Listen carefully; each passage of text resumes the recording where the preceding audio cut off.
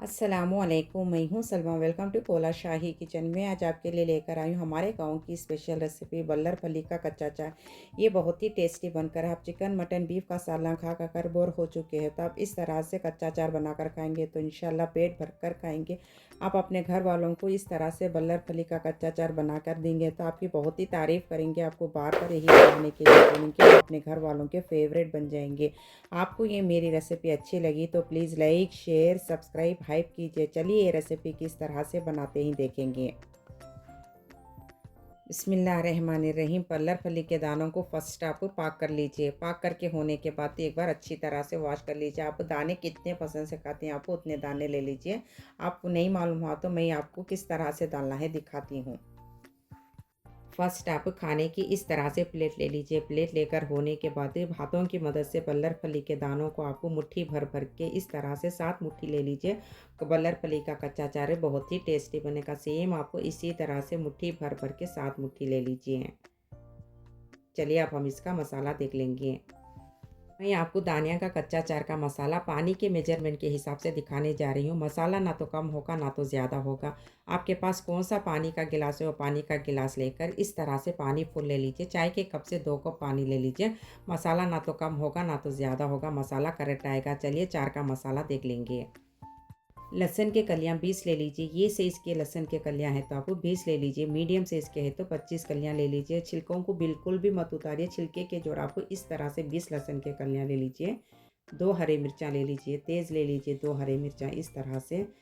नींबू के साइज़ होती है अमली ले लीजिए। कोथिमीर आप इतनी ले लीजिए। ज़ीरा फुल आप इस तरह से 3 टेबल स्पून ले लीजिए। काले मिर्चा फुल आप इस तरह से 1 टेबल स्पून ले लीजिए। 3 टेबल स्पून आप ज़ीरा ले लीजिए। 1 टेबल स्पून आप काले मिर्चा ले लीजिए। फर्स्ट आप इस तरह से बोल ले लीजिए। लेकर होने के बाद नींबू की साइज़ होती है अमली डाल दीजिए। चाय के कप से 1 कप पानी डालकर आधा घंटा टाइम अमली को भीगने के लिए रख दीजिए। अमली अच्छी तरह से भीग जाएगी। मिनिमम आपको इस तरह से आधा घंटा टाइम भीगने के लिए रख दीजिए। पूरा इस तरह से रेडी करके होने के बाद दाने गलाने के लिए चाहिए। आंच को फुल करके फर्स्ट आप कुकर इस तरह से ले लीजिए। लेकर होने के बाद पानी के गिलास से 1 गिलास पानी डाल दीजिए। नमक आप अपने टेस्ट के हिसाब से डाल लीजिए। 2 हरी मिर्चा डाल दीजिए। बल्लर फली के दाने 7 मुट्ठी भी फुल आप इस तरह से डाल दीजिए। पूरे भी नीट इस तरह से डालकर होने के बाद कुकर का लीड बंद कर लीजिए। मेन आप यहाँ पर देखिए फुल आंच करके 1 सीटी आने के बाद गैस को फ़ौरन बंद कर दीजिए। मेन आप यहाँ पर देखिए कुकर का लीड इस तरह से बंद करके होने के बाद फुल आंच करके इस तरह से 1 सीटी आने के बाद गैस को फ़ौरन बंद करके पूरी सीटी जाने के बाद कुकर को ओपन कर लीजिए। पूरी सीटी नीट इस तरह से जाने के बाद कुकर ओपन करके दाने गलकर ही आने ही इस तरह से देखिए दाने अच्छी तरह से गल चुके हैं। फर्स्ट आपको इस तरह से बोल ले लीजिए। लेकर होने के बाद रोज़ना की छन्नी रखकर पूरे भी दाने नीट रोज़ना की छन्नी में डाल लीजिए। पूरे पूरे भी दाने इस तरह से डालकर होने के बाद हाथों की मदद से पानी को अच्छी तरह से निथार लीजिए।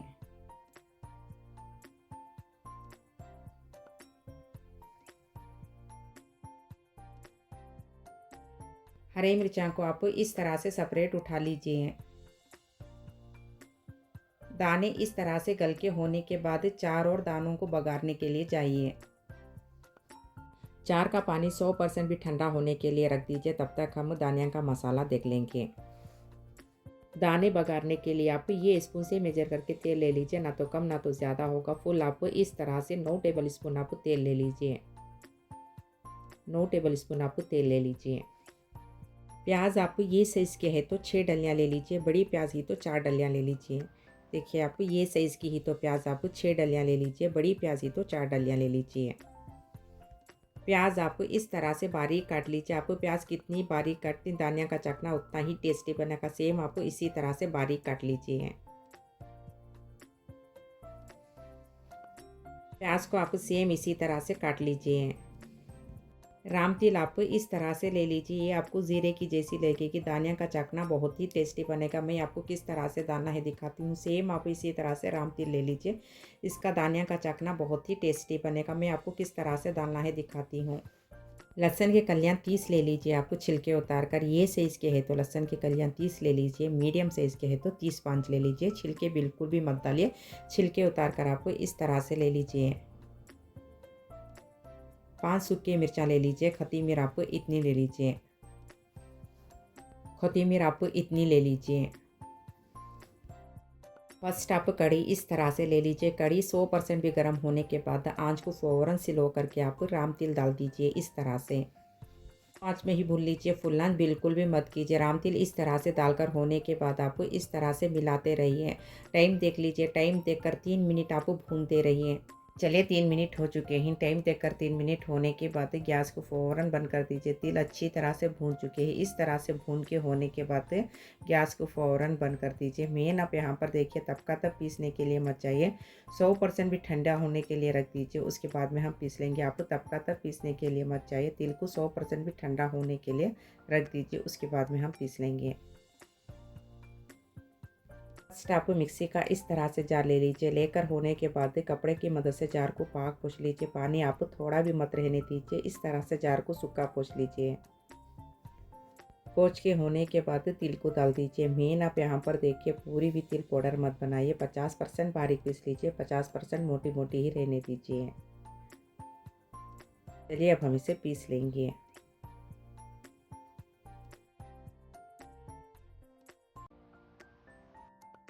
तिल को आप सेम इसी तरह से पीस लीजिए। 50% तिल को मोटी मोटी रहने दीजिए, 50% बारीक पीस लीजिए। सेम आप इसी तरह से पीस लीजिए, दाने बहुत ही टेस्टी बनेंगे। वही जार में आप धनिया का मसाला पीस लीजिए। 30 लहसुन के कलियां डालिए, 5 सूखे मिर्चें डाल दीजिए, कोथिमीर इतनी डाल दीजिए।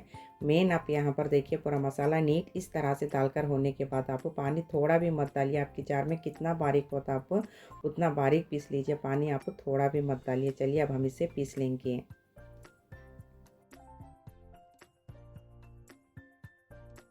देखिए आपकी जार में मसाला कितना बारीक होता है, आप उतना बारीक पीस लीजिए। पानी थोड़ा भी मत डाल के पीस लीजिए। आपकी जार में कितना बारीक होता है, आप उतना बारीक पीस लीजिए।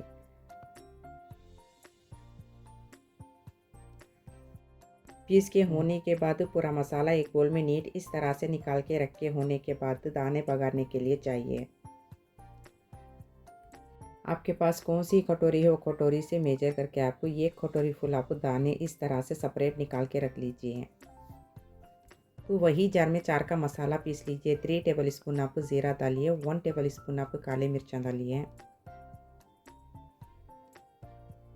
2 हरी मिर्चा डालिए, 20 लहसुन के कलियां डालिए। ये कटोरी फुल आप दाने डाल दीजिए। पूरे मसाले नीट इस तरह से डालकर होने के बाद चाय के कप से हाफ कप पानी डाल दीजिए। मसाला आप 80% बारीक पीस लीजिए, 20% मोटा मोटा ही रहने दीजिए। चार बहुत ही टेस्टी बनेगा।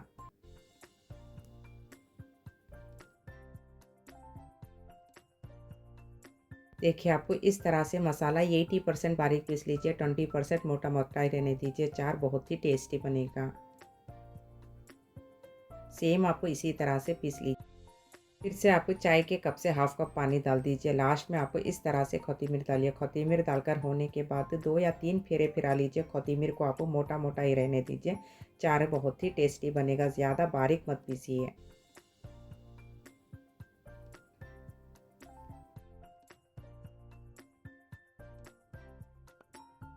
देखिए मसाला आपको इस तरह से 80% पीस लीजिए, 20% मोटा मोटा रहने दीजिए। चार बहुत ही टेस्टी बनेगा। ज़्यादा आप बारीक बिल्कुल भी मत पीसिए। आप सेम इसी तरह से पीस लीजिए। इस तरह से रेडी करके होने के बाद आप चार बनाने के लिए चाहिए। चार का पानी अच्छी तरह से ठंडा हो चुका है। अमली को आप हाथों की मदद से अच्छी तरह से चूर लीजिए। अमली अच्छी तरह से चूर के होने के बाद चाशनी की मदद से अमली के पानी को छान लीजिए। देखिए आपको चमचे की मदद से इस तरह से पानी को अच्छी तरह से छान लीजिए।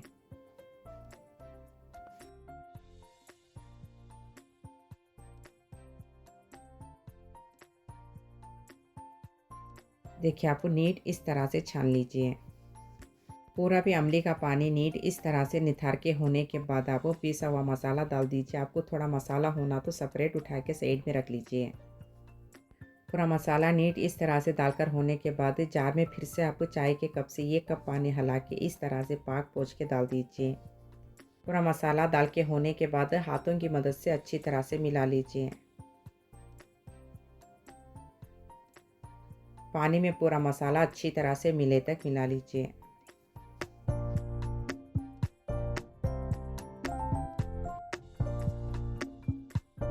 देखिए आप पानी को भी मसाले को अच्छी तरह से मिले तक मिला लीजिए। चार का मसाला नीट इस तरह से मिलाकर होने के बाद एक बार टेस्ट कर लीजिए। तेज़ है तो आप थोड़ा पानी मिला लीजिए, बराबर है तो रहने दीजिए।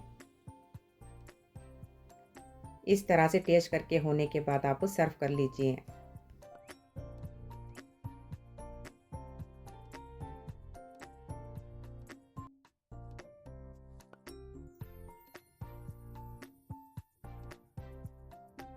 देखिए माशाअल्लाह कच्चा अचार कितना टेस्टी बनकर है। इस तरह से रेडी करके होने के बाद आप सर्व करने के लिए जाइए।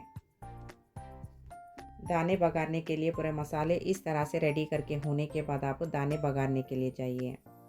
दाने बघारने के लिए आपको कौन सी शक्ल में बनाती हूँ, कौन सी कढ़ाई में बनाती हूँ वो लेकर फुल आंच करके 9 टेबल स्पून आपको तेल डाल दीजिए। बिस्मिल्लाहिर्रहमानिर्रहीम। तेल अच्छी तरह से गर्म होने के बाद प्याज को इस तरह से डाल दीजिए। प्याज डालकर होने के बाद बीच बीच में आप प्याज को मिलाते रहिए। बीच बीच में आप प्याज को अच्छी तरह से मिलाते रहिए। प्याज का इस तरह से लाइट पिंक कलर होने के बाद गैस को फ़ौरन बंद करके आप मसाले को डाल दीजिए। प्याज का इस तरह से कलर होने के बाद गैस को फ़ौरन स्लो कर दीजिए। एंड तक भी आप सिम आंच करके पका लीजिए। फुल आंच बिल्कुल भी मत कीजिए। मसाला इस तरह से डालकर होने के बाद मसाले को प्याज को अच्छी तरह से मिले तक मिला लीजिए। एंड तक भी आप सिम आंच करके पका लीजिए। फुल आंच बिल्कुल भी मत कीजिए। मसाले को भी प्याज को अच्छी तरह से मिले तक मिलाकर होने के बाद उबले हुए दाने इस तरह से डाल दीजिए। पूरे दाने इस तरह से डालकर होने के बाद लास्ट में आप अपने टेस्ट के हिसाब से नमक डाल लीजिए। एंड तक भी आप सिम आंच करके पका लीजिए। फुल आंच बिल्कुल भी मत कीजिए। मसालों को भी दानों को अच्छी तरह से मिले तक मिला लीजिए। दाने भी मसाले नीट इस तरह से मिलाकर होने के बाद आप टाइम देख लीजिए। टाइम देखकर 4 मिनट पकने के लिए रख दीजिए। एंड तक भी आप सिम आंच करके पका लीजिए। फुल आंच बिल्कुल भी मत कीजिए। नीट इस तरह से मिलाकर होने के बाद टाइम देखकर 4 मिनट पकने के लिए रख दीजिए। उसके बाद में हम देखेंगे। चलिए 4 मिनट हो चुके हैं। टाइम देखकर 4 मिनट होने के बाद फिर से आप दानों को मसालों को अच्छी तरह से मिले तक मिला लीजिए।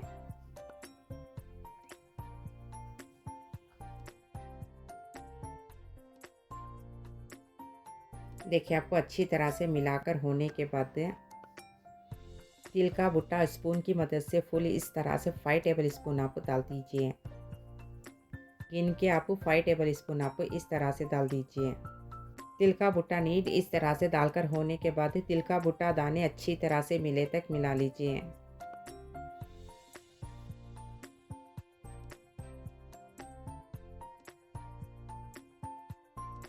दानों को भी तिल के भुट्टे को नीट इस तरह से मिलाकर होने के बाद गैस को फ़ौरन बंद कर दीजिए। देखिए आपको नीट इस तरह से मिलाकर होने के बाद गैस को फ़ौरन बंद करके सर्व कर लीजिए।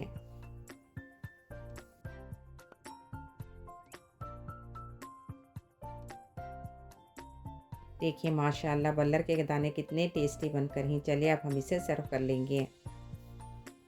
गरम खाने के जोड़ घी इस तरह से डालकर 4 डालकर खाएंगे तो इंशाल्लाह पेट भरकर खाएंगे। आप ये दानिया का कच्चा अचार खासकर हिट के जोड़ खाएंगे तो बहुत ही टेस्टी लगेगा। बिस्मिल्लाहिर्रहमानिर्रहीम। दानिया का कच्चा अचार बहुत ही टेस्टी बनकर है। आप अपने घर वालों को बड़ों को इस तरह से दानिया का कच्चा अचार बना कर देंगे तो इंशाल्लाह आपको बहुत ही दुआएं देंगे। आपको बार बार यही बनाने के लिए बोलेंगे। आप अपने घर वालों के फेवरेट बन जाएंगे इंशाल्लाह। आप अपने घर वालों को इस तरह से दानिया का कच्चा अचार एक बार ज़रूर बना कर दीजिए। आप दानिया का कच्चा अचार इस तरह से बनाकर टेस्ट करके कमेंट्स में बोलिए आपको कैसा लगा। प्लीज़ लाइक कीजिए, शेयर कीजिए, कमेंट कीजिए, सब्सक्राइब कीजिए, हाइप कीजिए। मैं और अच्छे अच्छे रेसिपी शेयर करती रहूँगी इंशाल्लाह।